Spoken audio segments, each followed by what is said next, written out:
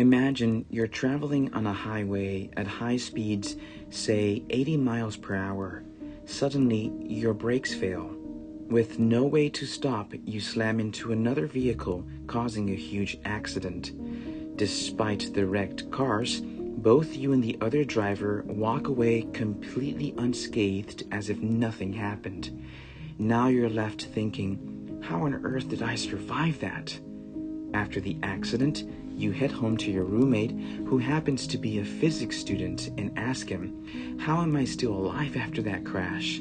He replies, well, the answer lies in the physics that governs motion, forces, and collisions. Despite the huge energy in the high-speed collision, the key factors, momentum, impulse, and the force-time relationship worked together to reduce the force of the crash and help protect you. To better understand what your roommate was referring to, let us first examine the fundamental concept of momentum, which will help us understand collisions. Momentum is described as the quantity of motion an object has. More precisely, it is the product of an object's mass and its velocity. Now that we've defined momentum, let's consider another fundamental principle of physics known as Newton's second law of motion. Newton's second law states that the force acting on an object is directly proportional to the mass of the object and the acceleration it experiences. The acceleration a in this equation can alternatively be expressed as the instantaneous rate of change of velocity. This leads to the following expression, where force is equal to the product of mass times the derivative of velocity. Note that the mass is constant, thereby allowing us to factor out the differential operator. Since we previously defined momentum as P equals mv, this equation shows that the force acting on an object is the rate of change of momentum with respect to time.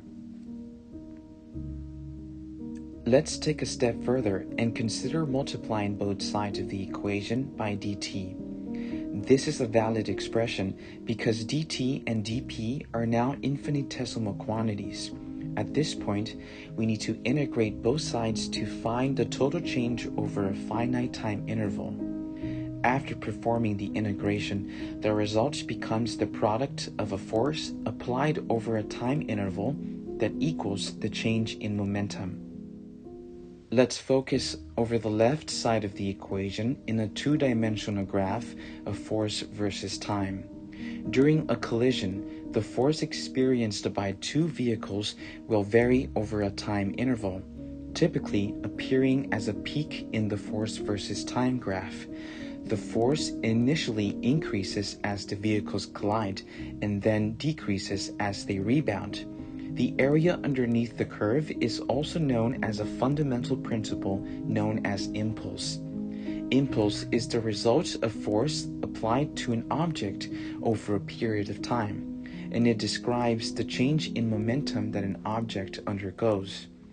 If the initial velocity and the mass of your vehicle are fixed quantities, then the time duration of the collision is the primary factor that can reduce the force experienced during the collision.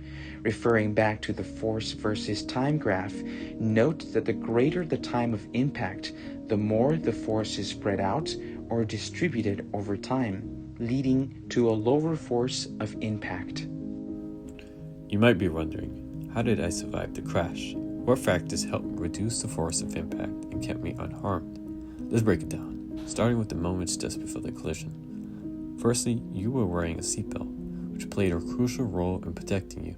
Seatbelts distribute the force of impact across stronger parts of your body, such as your chest and pelvis, helping prevent serious injuries. As the other vehicle collides in front of you, your airbags deploy, providing a soft cushion that absorbs some of the impact energy and slows your acceleration. This gives your body more time to decelerate, reducing the severity of the force. Additionally, your vehicle was equipped with crumple zones, areas designed to form and absorb energy during a collision. These crumple zones absorb much of the crash force, further reducing the impact on you and increasing the time over which the collision occurred. The longer the impact time, the lower the peak force transmitted to your body. In combination, the seatbelt, airbags, and crumple zones all work together to distribute and absorb the crash forces, significantly reducing the risk of injury and helping you remain unscathed.